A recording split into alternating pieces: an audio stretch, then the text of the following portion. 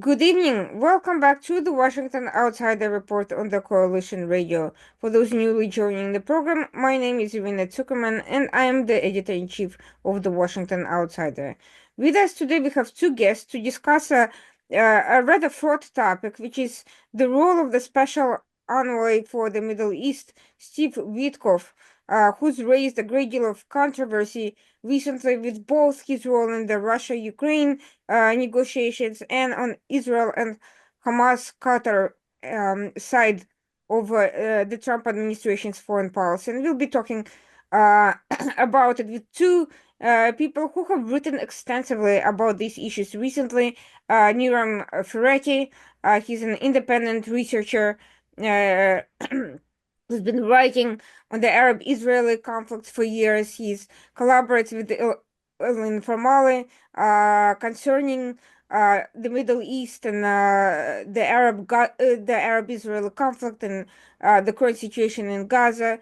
Um, He's been an editorial director of a series published in Italy and has interviewed widely as well. We also have Giovanni Giacalone. He's an Italy-based researcher, senior analyst at Islamic Theology of Counterterrorism.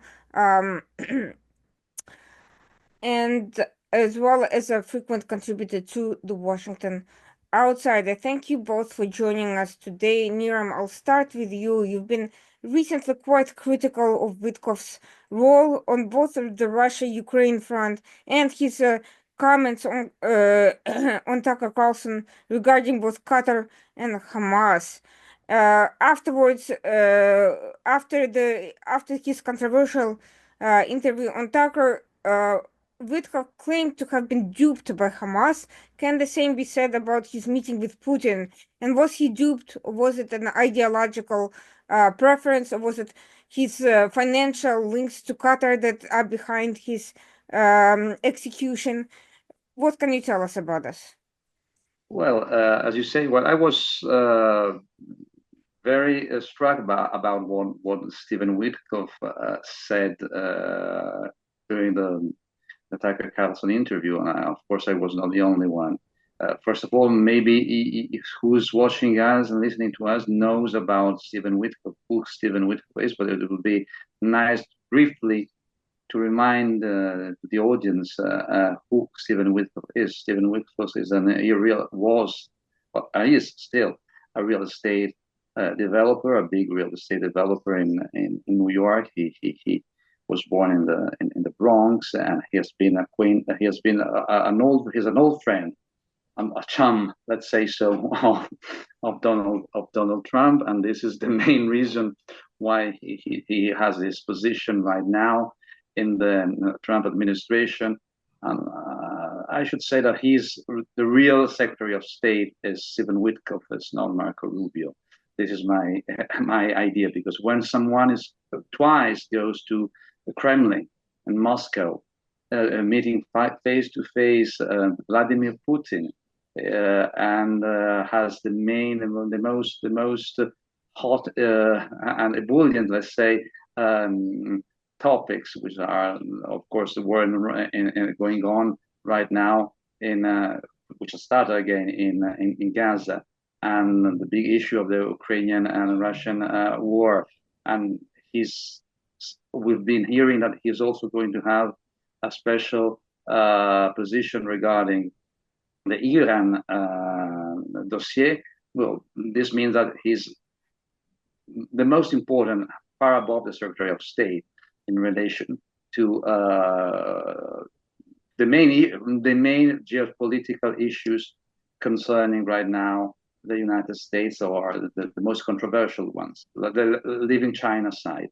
So Stephen Witkoff told us that very many things. Let's talk about what he said about Hamas mainly, and also about Qatar, of course, because this is a very important topic also, because Stephen Witkoff was one of the main stakeholder, let's say so, of the Park Lane Hotel in New York, and the Park Lane Hotel was not going very well, and it was bought by the Qatari Foundation not long ago for 600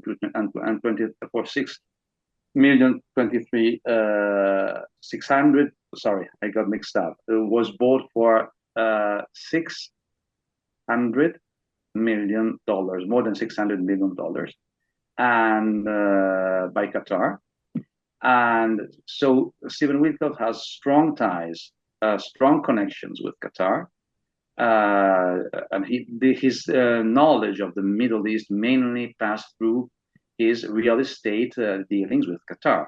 He has no experience whatsoever, no diplomatic experience whatsoever. He knows very little about the Islamic world. He's not a scholar. He's a real estate developer. Nothing wrong in being a real estate developer, but sounds a bit strange that someone with no experience at all on very important issues as this is sent over to negotiate with Hamas and enforcing an agreement about Hamas when he went to Israel in January. Last January, he went to Israel and he spoke with Benjamin Netanyahu. And after a conversation which was told to be a bit tense between Stephen Witkoff and Bibi Netanyahu, Netanyahu agreed to make an agreement with Hamas, which he had been very reluctant to make for the previous 14, 13 months. And this means that Stephen Witkoff was very convincing towards Netanyahu. So this is the main endeavor that Stephen Witkoff made when he started acting as the Trump man in the Trump guy in the Middle East.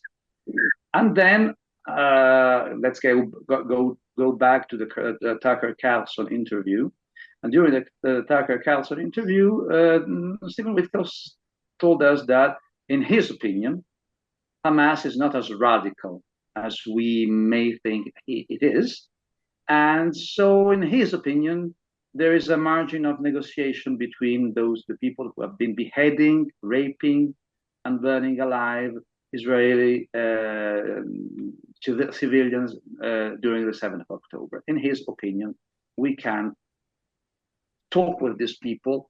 And he said also that Hamas must not govern Gaza in the future, but, and this is a bit of a contradiction, he also said that Hamas might have a political role in the future of Gaza.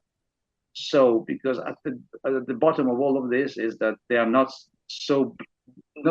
bad guys, so bad guys as they seem to be. So we can have a relation with them. And then he also talked about the Qataris. And the Qataris, Qatar has been the sponsor of Hamas for all of these years.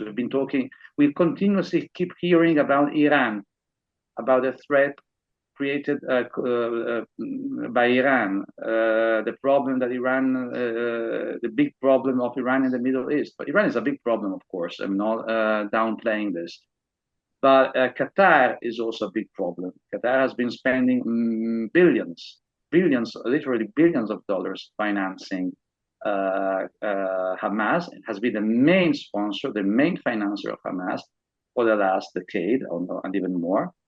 And so when we hear Stephen Witkoff telling us that the people in Qatar are really good guys, really fantastic guys, and we can trust them because they want peace. They are peace dealers. And we also heard this from Donald Trump himself in September 12, 2024, when the Emir of Qatar, Al-Thani, went to Florida to meet Donald Trump before Donald Trump was elected president.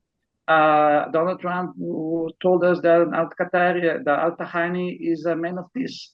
He's a peace-love man. And we have been hearing the same words repeated by Stephen Witkoff to Tucker Carlson. Of course, he also told us that Vladimir Putin is also a good guy, and we can trust Vladimir Putin. So according to Stephen Witkoff, we can trust Qatar, who has been the main sponsor of Hamas for the last 10 years or more. We can trust Hamas to a certain extent, let's say so, and we can also trust Vladimir Putin. So this gives us a slide. I leave to the audience to make their opinion about Stephen Witkoff and his experience and his expertise about these people and the big issues that involves them. So, Tucker Carlson, Qatar, Vladimir Putin, and Hamas have something in common. That something is that they've all worked together in various capacities at different times. Tucker Carlson interviewed Putin. He's also ventured into Qatar. He didn't exactly praise Hamas, but he said he prefers Israel to Hamas, but has increasingly been attacking Israel and has been downplaying Hamas's role. Qatar, of course, has financially backed Hamas, among other things. Some claim that it was more than just financial backing. Russia has hosted Hamas at various points in time, has openly backed them politically, and of course, Russia and Qatar have also enjoyed a very strong relationship on various fronts. Qatar has mediated on the return of Ukrainian children with Ukraine, and Qatar and Russia, along with Iran, are part of a gas cartel since 2008, and that's just for a start. So, what taking a look at this trend uh, at this group of characters, do you think it's a coincidence that this discussion was had on Tucker Carlson, or do you think there's more to the story? Are you asking me? Yes. Well, we know that Tucker Carlson is very has been narrating to us recently and not so recently that Russia has its good reason and his idea about Russia is mainly echoing the Kremlin propaganda. Mm-hmm. So Tucker Carlson is a mouthpiece mainly of what comes out of Moscow, on what comes out from the Kremlin. I think he's one of the most vocal sponsor of Russia in the United States right now. And as you said very clearly, before, there is a strong connection and a strong relation between all these actors. Hamas has been went to Moscow after the 7th of October. Mm-hmm. Some of the hot brasses of Hamas went to Moscow after the 7th of October. The relation between Putin, between Russia and Hamas is not a mystery for anyone. And indeed, the relation between Qatar and, as you said before, Qatar is playing many roles, is wearing many hats, let's say so, because as with Stephen Witkoff in the Tucker Carlson interview told us, Qatar is an ally of the United States, and so at the same time it sponsors Hamas. At the same time, it has been sponsoring for years and years the Muslim Brotherhood. At the same time, and other radical Islamic organizations around the world. It finances radical Islam through money that it is given, donated to American universities. So Qatar is a very skillful actor because in a certain way it finances the most ruthless Islamic organization, but then it has also this sort of glamorous facade by sponsoring, of course, the sponsoring, buying fashion houses, buying soccer teams, and at the same time playing the nice guy uh, when he asked to be a negotiator in for the hostages who are still captive in Gaza, for Ukraine, in Afghanistan when before the Taliban took again power. Qatar is all over the place, all over the place. So and Stephen Witkoff, as I said before, has very strong connection with Qatar. So there is no coincidence in all of this, but it's all under the sun. It's all under the sun. There's nothing hidden, and there's no conspiracy behind this. It's all pretty clear, pretty straightforward. Turning to Giovanni, the one factor missing in all of this discussion about Windkov is the person who appointed him, meaning Donald Trump. And what I'm seeing is that Donald Trump seems to be repeating a pattern of appointing particular types of people, not just in this administration, but Windkov has a lot in common with Trump's son-in-law, Jared Kushner, who is also a real estate guy who got in trouble with 666. Believe it or not, that's the that's the building number in New York, was bailed out by Qatar, and then went around the world making real estate deals over geopolitics with the Abraham Accords and much else, which he continues to this day. And Witkoff and Kushner were featured together at a Miami summit earlier this year, talking about Gaza reconstruction plan and all of that. And of course, both of them have ties to Qatar. It's not just Witkoff.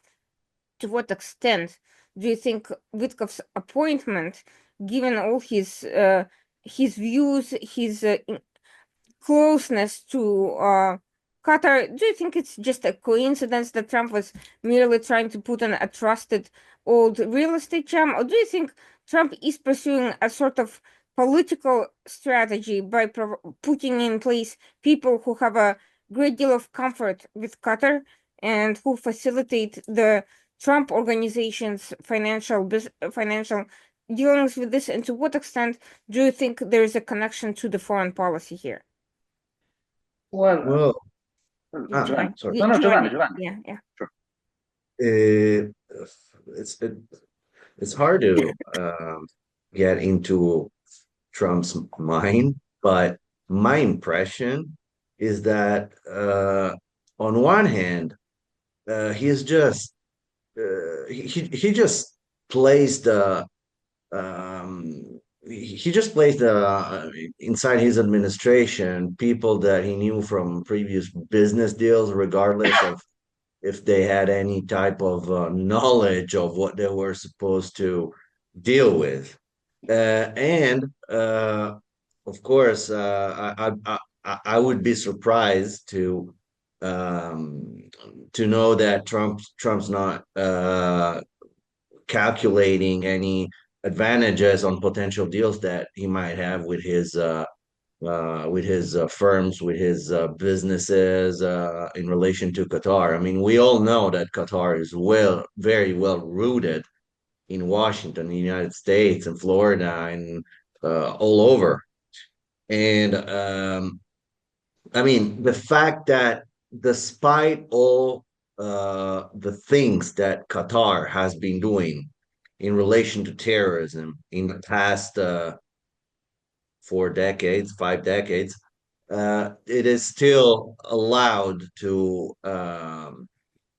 cut deals with everyone. It is treated as a mediator. It is referred to as a peacemaker, a country of peacemakers. The Al Thani is a peacemaker. I mean, it's not difficult to go back and see what Qatar has been doing. I mean, Qatar has this ability, and again, it's not that it's not me. It's not like I discovered it. You just have to read. You just have to search. Qatar has been supporting basically every possible terrorist organization since the late 90s. I mean, if we go and see, it's not just the Muslim Brotherhood. I mean, uh, uh, just to take a few example. Uh, now, they're theoretically they're America's best Arab ally in the Middle East. But at the same time, they're working with Iran. In 2020, a German intelligence officer told Zeit that he had evidence that Qatar was working with Hezbollah. And it's you can Google it. It's right there. I mean, but even though the accusation was very serious, it just went under the carpet. In the late 90s, early 2000, Qatar was supporting Chechen Islamist terrorists. And one of them was killed in Doha in 2004, if I recall correctly, Yandar Biyev. At the same time, Qatar was also supporting the Muslim Brotherhood in the Balkans, in North Africa, trying to destabilize the different governments, regimes, whatever. I mean, Tunisia, Egypt, Morocco, Jordania, you name it. What did they do in Syria? They supported basically all the Islamist factions, including Jabhat al-Nusra, Hayat Tahrir al-Sham, and we all know that now al-Nusra Hayat Tahrir al-Sham's leader is the new head of Syria, and it might not be a coincidence that Witkoff said that Jelani is a different person now. We can trust him. That's why his troops are slaughtering everyone now. And this is Qatar. This is Qatar. It's not just Hamas. It's it's Hezbollah, it's the Chechens, it's the Syrian Islamists, it's the Muslim Brotherhood. But still, Qatar is being treated as some sort of, again, not some sort, I mean, fully, as peacemakers, as mediators.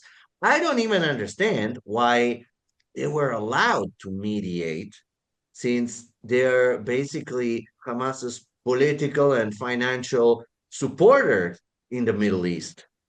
And I think that Witkoff's language fully reflects what Qatar is saying and what Qatar is wanting to hear from him. I mean, I was puzzled when I heard Witkoff saying, I got it right here.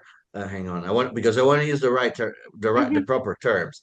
Okay, Hamas, yeah, they're not. Of course, they're not ideologically locked in. They're not ideologically intractable. He never believed that. He doesn't know what Hamas wants. He still didn't get it. It's not hard to understand what Hamas really wants, but he never believed it. Uh, they strap the suicide vest onto young kids who don't know what they're doing. They tell them a story. Basically, we got decades of extremist radical narrative from the Muslim Brotherhood being reduced into a story, right? They tell them a story.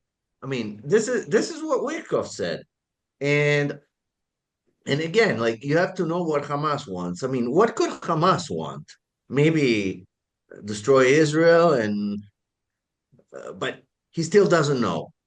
Regarding the Qataris, I mean, Niram said it already very clearly. It's obvious that that was a total apology towards Doha. Uh, we have a problem here because, I mean, we cannot have double standards when we're dealing with terrorism. We need to be objective. I mean, Iran is a terrorist regime, absolutely. What do they do? They support Hezbollah, they support the Houthis, and they're a terrorist regime. Now, how is it possible that Qatar which supports Hamas, is not a terror state supporter. There's obviously something that doesn't match here. So we have a problem because if we're not willing to recognize things as they are and call actors for what they are rather than what we want them to be, then it's we're not going to go anywhere. Yes, I was just thinking as you were saying that if Al-Sharaa had worn a military uniform like Zelensky instead of a suit, maybe he'd be less trusted, and maybe. But to follow up, you've also been writing about all of this, and you've been harshly critical of Netanyahu's Hamas policy. And to what extent do you think Netanyahu's Hamas policy is a political self-preservation tool, and to what extent do you think it's dictated by the U.S. pressure and Witkoff and Trump's obsession with getting a peace deal? That's something that I asked myself many times, and we talked about it with Niram as well on several occasions. Um, Initially, we all thought that Netanyahu wanted to eradicate Hamas, but Biden was preventing him from doing that, which is possible. I mean, we've all seen what the Biden Mhm. administration lines policies were the um, freezing of the weapon supplies and all the and all the other things. So it's possible. But when Witkoff went to see Netanyahu in January and he pressured Netanyahu, or that's at least what we know that Mhm. should have happened. We were a bit puzzled because we expected something very different. Now I don't know what's behind it, but I do have um, doubts about this. I mean, I even wrote about it. I said, does Netanyahu really want to eradicate Hamas? Mhm. Because what been we've been seeing so far, did not was not heading in that direction. And even when was it? I think it was about a month ago when Trump told him that he had if he wanted to move in and eradicate them, he had the green light. He still did not do it. And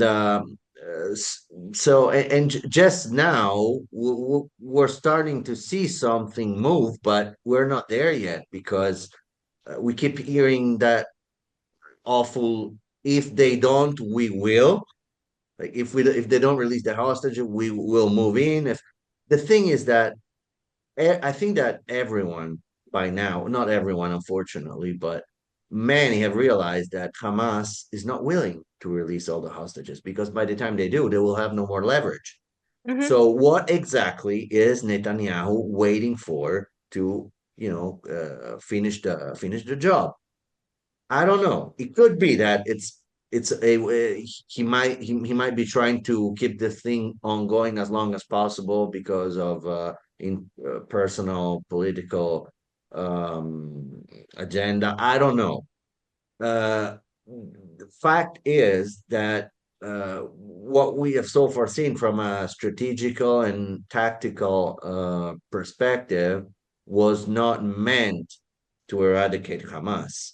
The only way to eradicate Hamas is to invade Gaza, occupy it, and stranglehold Hamas until they release everyone. I know it's risky because they may just, they may just kill the hostages, but I mean, those who think that Hamas is actually going to release all the hostages, I mean, they're seeing things from a very naive perspective.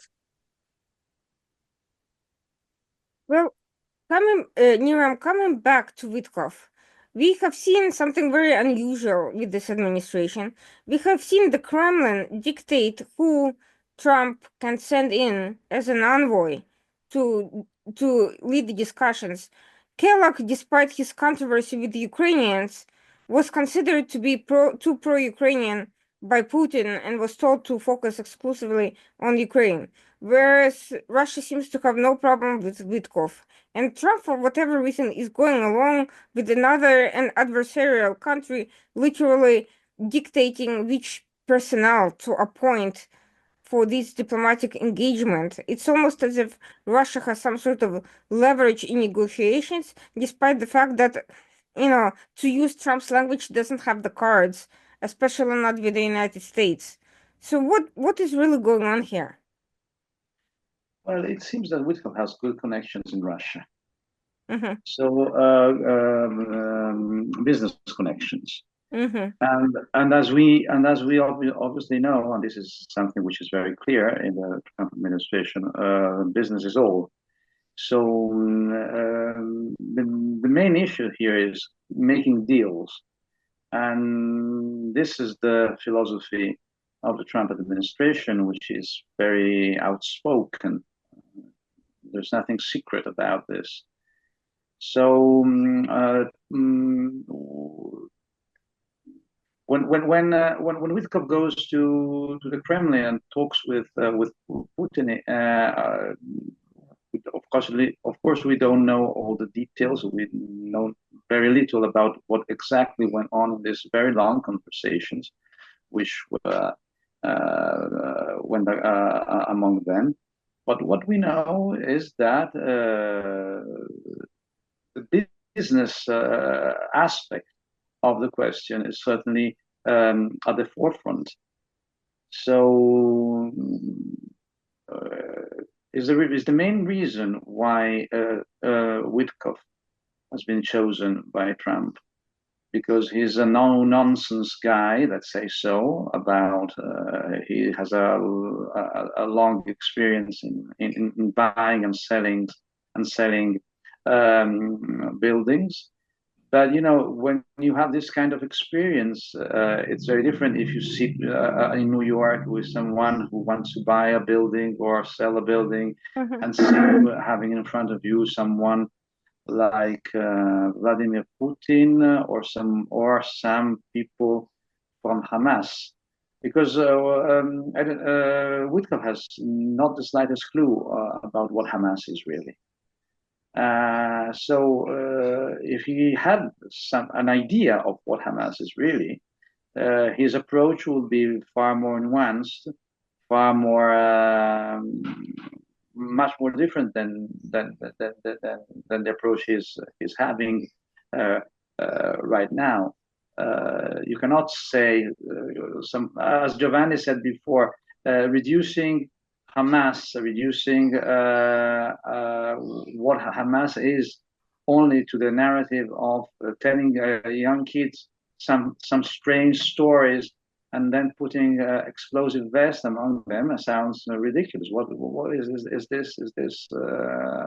Is this a satirical? What is the point of saying these things?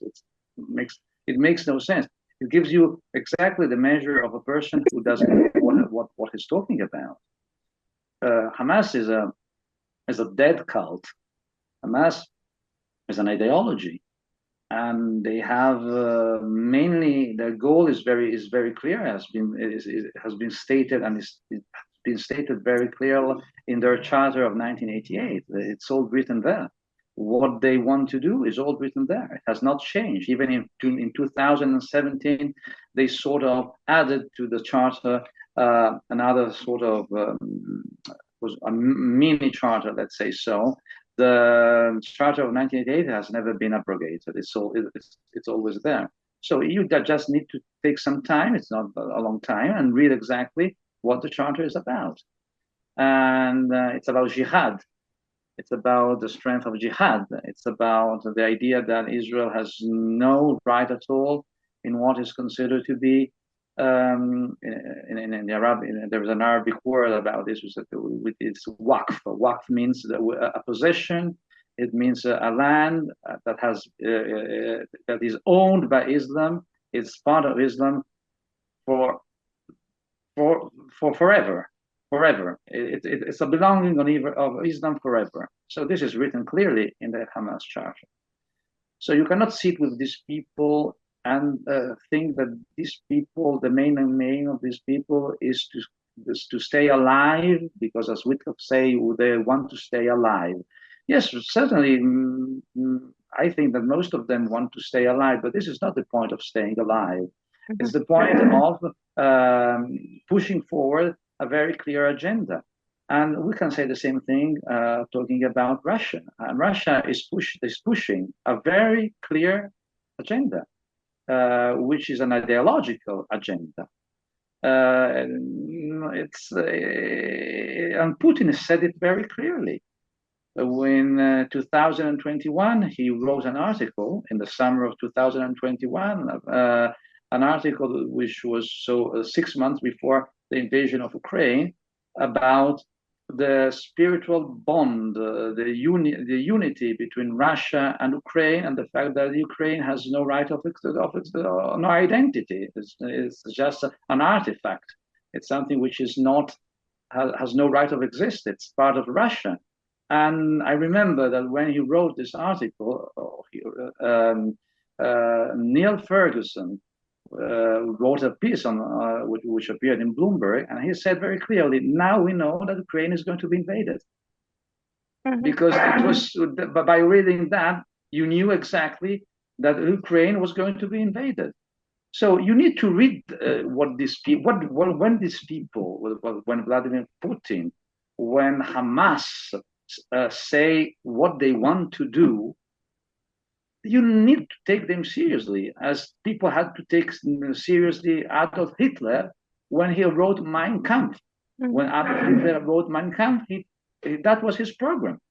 You read Mein Kampf, and you know what Hitler aims and objectives were. And you had to take him seriously, because when he became chancellor in 1933, of course, he started. He did what he wrote before. So, going back to Whitcock, you need to know these things, because if you don't know these things, you cannot approach the problem in the right way. And of course, you are going to be duped. Of course, you are going to be duped, because they think that you are a moron. They just think that you are someone that is going to be duped, because you deserve to be duped, because you know nothing about the real issues. Giovanni, turning to you, kind of following up on this a little bit. During the confirmation hearings here in the US, the Russian propagandist called two nominated US officials their guys in the White House, specifically DNI Tulsi Gabbard and FBI Director Kash Patel. I wonder if we can add Witkoff to that to that duo and make it a trio, because it's funny that Witkoff was in Russia when the infamous Signal chat was created, and I'm starting to wonder whether any of this is just a matter of poor security protocols, or whether somebody advised or pushed for the creation of these discussions right at the time when Witkoff's phone was available for infiltration. What's your take on all of this? That's that's a good point. I hadn't thought about it. I didn't know that this occurred when Witkoff was in Russia, but this is an interesting coincidence. I don't know, but I was very surprised I mean, to learn that they were using that type of chat. I mean, I would not expect U.S. administration official to communicate in such a way. Uh, I don't know if it was done on purpose or if they're just not up to the challenge. They don't realize what they're dealing with, which or both. I don't know. One thing I don't like, I find it absurd, is this thing that this Trump administration has about making deals. I mean, Mhm. for them, it's all about making deals, just one big business. Unfortunately, that might very well work in real estates in Florida or in New York, But when you're dealing with international issues and issues that have such complexity, you cannot just see things as deal. It's all money, it's all deals to them. Making a deal with Hamas. I mean, what does that mean? I mean, Hamas is not a business partner. It's not like some sort of real estate owner in Long Island or in the Bronx. It's a terrorist organization which is blacklisted in the United States. You can't make a deal with Hamas. You just can't. And only the idea, only the fact that this might flow somewhere in their minds, it's just a huge concern because I mean you can't say we have to figure out what they want and see so that everyone comes close to each other and we can make an agreement and see what everyone wants. It doesn't work like that. It's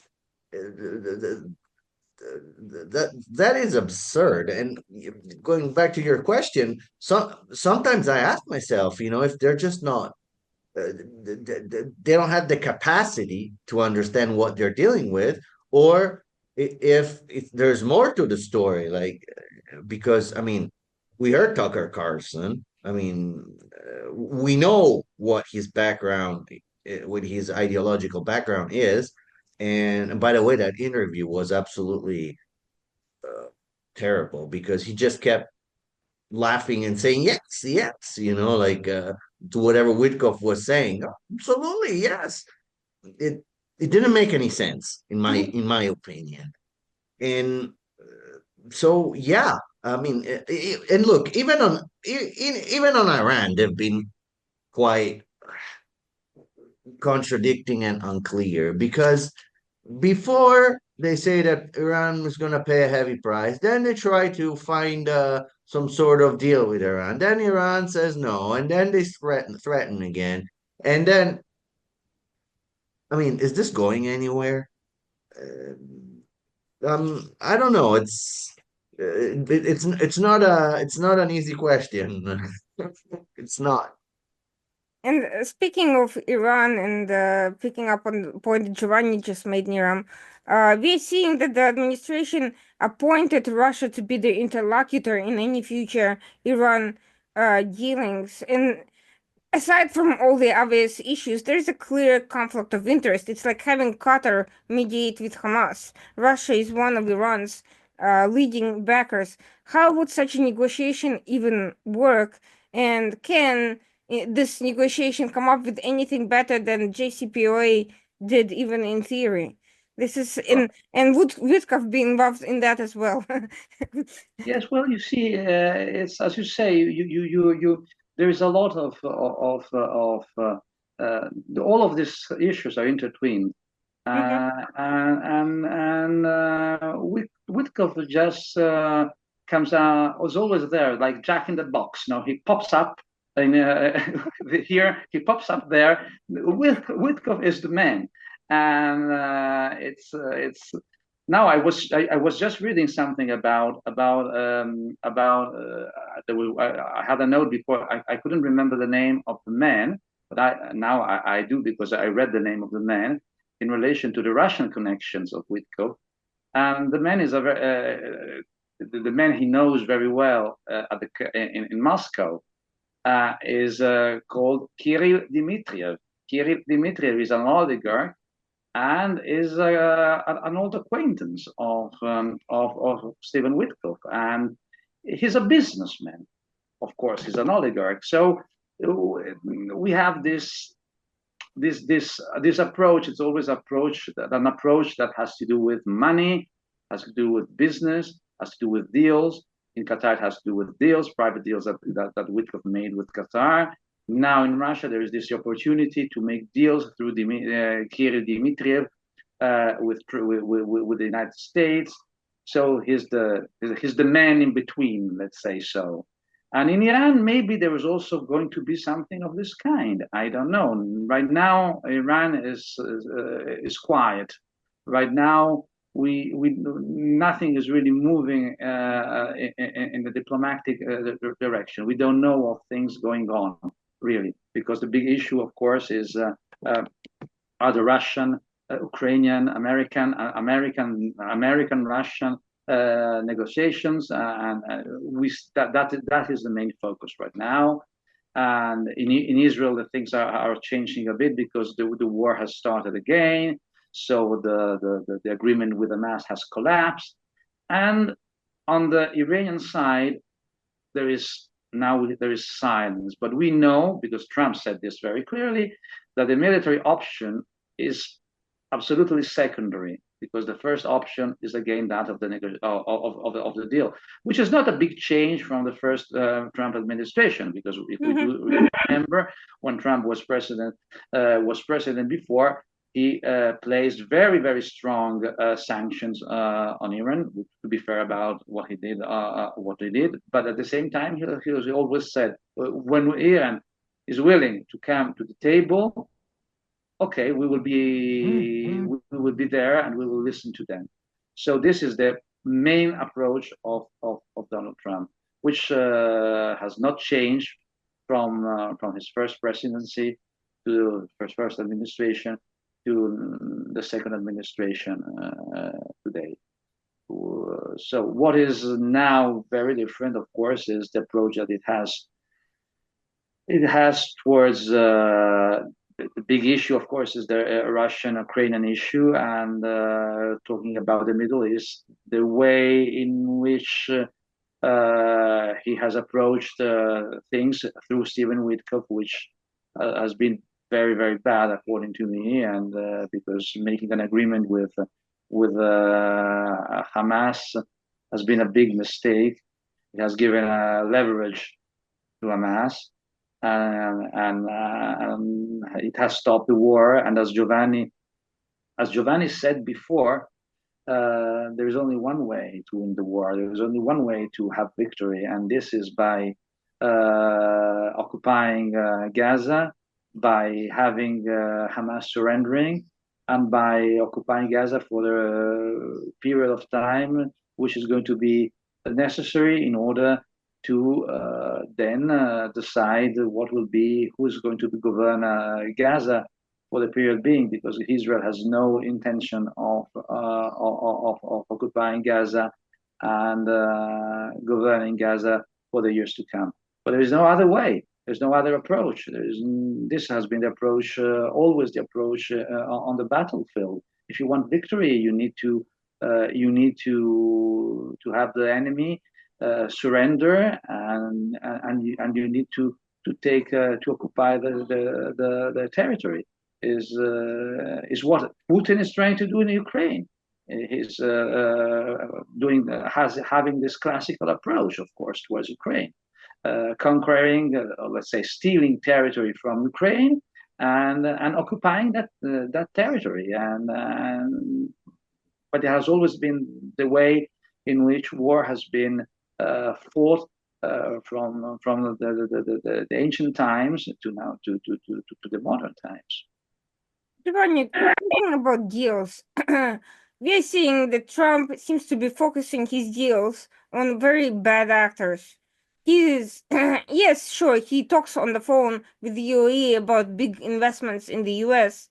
He still speaks about Abraham Accords, but he seems to be moving away from deals with any of the US allies, such as the European Union, Canada, etc., or even Japan and South Korea, and focusing almost exclusively on the worst of the worst, the actual anti-American US adversaries. And we're also having some really bizarre conversations about Gaza reconstruction when Hamas is still there.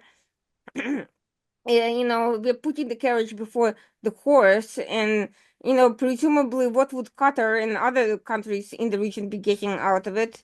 If Trump wants their help in negotiations, wouldn't they presumably be included in any of these reconstruction efforts? Meaning, wouldn't they be playing an economic or political role in Gaza?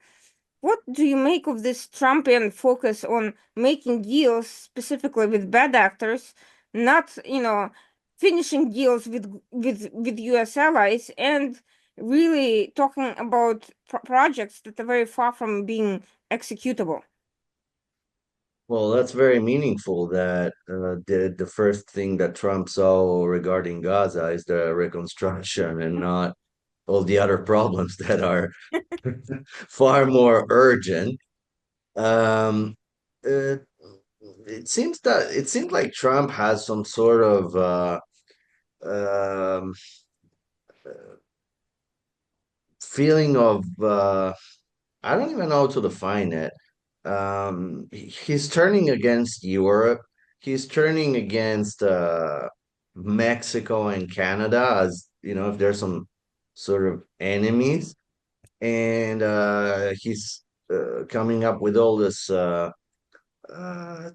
all this with this whole tariff war, which doesn't even make much sense, honestly. I can understand that he doesn't like the European Union's leadership. I mean, I can understand that. But because they're obviously far from an ideological and political perspective, but that doesn't mean that you have to turn against them because I mean, an alliance is an alliance.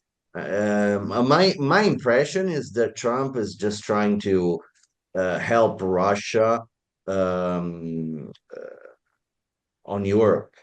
Um, and this is quite clear. Regarding Mexico and Canada, I mean that whole thing about the Gulf of America instead of the Gulf of Mexico. I mean that's just nonsense to me. I don't even know why he, he came up with that idea. I mean, I, I I guess to piss the Mexicans off, to piss the Latin Americans off. I don't know, but I don't see any way of improving a situation by doing that. That's just you know. But I mean, it is a matter of serious concern that he's actually. He claims to speak about to care about America first, but I'm not sure that what he's doing is really bringing any benefit to America. So I don't know. Niram, going back to this idea of these political appointees with very personal ties to Trump, clearly Witkoff is not somebody Trump is going to get rid of precisely because of this personal background. Is it possible to navigate around Witkoff, or is the international community stuck with the impact of disastrous policies made up by someone who is ignorant, who is conflicted? um, who has uh, potential leverage, financial leverage against him by a very bad actor, namely Qatar, and who is, on the other hand, a very trusted person of the president, and Trump is more likely to listen to him than to any critics of these policies. What is to be done about all of this? Well, it's very difficult to answer this question because from what we see right now, Witkoff is the closest man to Donald Trump. And if we think who were the people that surrounded Donald Trump when he first administration regarding the Middle East, we have people like the ex ambassador Friedman, who was knew very well the Middle East, knew very well Israel, was a very thoughtful person. And we had, of course, Jared Kushner, Jason Greenblatt. Aside from Kushner, who didn't really have a great deal of experience about I mean, political experience, the other people did. And now everything has changed. Ambassador Friedman, for reasons which I don't know, has fallen out of the of Donald Trump's sympathies. Something happened, and he's no more a part of the inner circle of Donald Trump, and this is a great pity because, for example, if we think about all the good things, absolutely outstanding things that were done by the first Trump administration in relation to the Middle East, all of this came out of certainly there were people like Friedman, like Kushner, also like Mike Pompeo, indeed that helped and helped Trump understanding what was good to do and what would have been good for him in order to hold a trophy, because at the end, Trump, it's all about personal, very much about personal gratification with Trump. So the Abraham Accords were certainly something important, not so important as they seem to be, but certainly they have been a big effort. So now we see just one person who is having his voice about such important issue, which is going back again, is Stephen Witkoff, who really has no experience at all. So, and I don't see right now, unless someone will start creating problems inside the administration, and this doesn't mean that Witkoff will not have the upper hand. I don't see right now other people having enough space in order to contrast, antagonize Stephen Witkoff. Because as I said before, and I was not exaggerating, if we think about Marco Rubio, well, Marco Rubio is, if you consider his stature, and if you consider what is his role is as a Secretary of State, and you compare it to Witkoff, he's just there he has no real importance. I mean, the man is Stephen Witkoff. We may like it or not like it. Personally, we don't like it. Of course, we don't like it. But this is the situation. This is the state of things right now. Will they change? Who knows? I hope so. Of course, I hope so. But right now, no. Right now, the situation is this, and it's a very bad scenario. Giovanni, final question to you, because I know you have to run, which is, do you think Meloni could be an intermediary between the European Union and the administration in light of the really sort of scandalous way the Trump administration has sidelined EU from major security discussions on Russia, on many other things? Do you see a potential middle ground being reached through somebody like her, or do you see this as sort of a lost cause for the next 4 years? Hard to say. Surely that's what she seems to be she seems to be trying to do.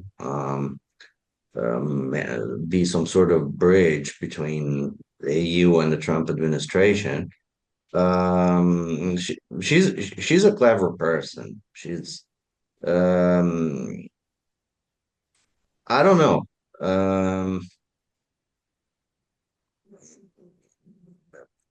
I can we'll have to wait and see, because we also need to see how things are going to evolve in Europe, um, because it's not just up to Meloni. There are a lot of other Mhm. factors in in that whole mechanism, which is very delicate. So I'm sure that she's going to try, but what the outcome will be is it's hard to say. It's unpredictable. Well, we are certainly facing a very complex scenario with a lot of moving parts, and the problem is when you try to uh, address a very complex scenario in a very simplistic way with very simple tools, it inevitably becomes, a bigger mess because the mechanism can easily break down and just get absorbed by the overall mess, which is, I think, the direction we are very quickly heading in. Let's hope that discussions and concerns about and pushback against the role of some of these officials and the faux pas that they're making in foreign policy will cause the administration to pause and to reevaluate their approach. It's never too late to reevaluate. You can always look at what you've done wrong and say, listen, this is not working. We can do better. This is what we're going to do differently from now on. I certainly hope that's what happens because otherwise the direction we're going in is extremely concerning as far as I see. Thank you to you both for joining and for providing your Thank insights you. on this Thank you. topic. There's a lot of confusion about it. Very few people are willing to openly confront and say, name things for what they are, which is not very good, to put it mildly. So I appreciate your candor. And thanks for everyone who joined us. We'll be, of course, coming back to a lot of these topics in the weeks to come. Meanwhile, please join the Washington Outsider Report on Coalition Radio next week at 9 p.m. As usual, thanks to Niram and Giovanni for joining us today. Thank you. Thank you.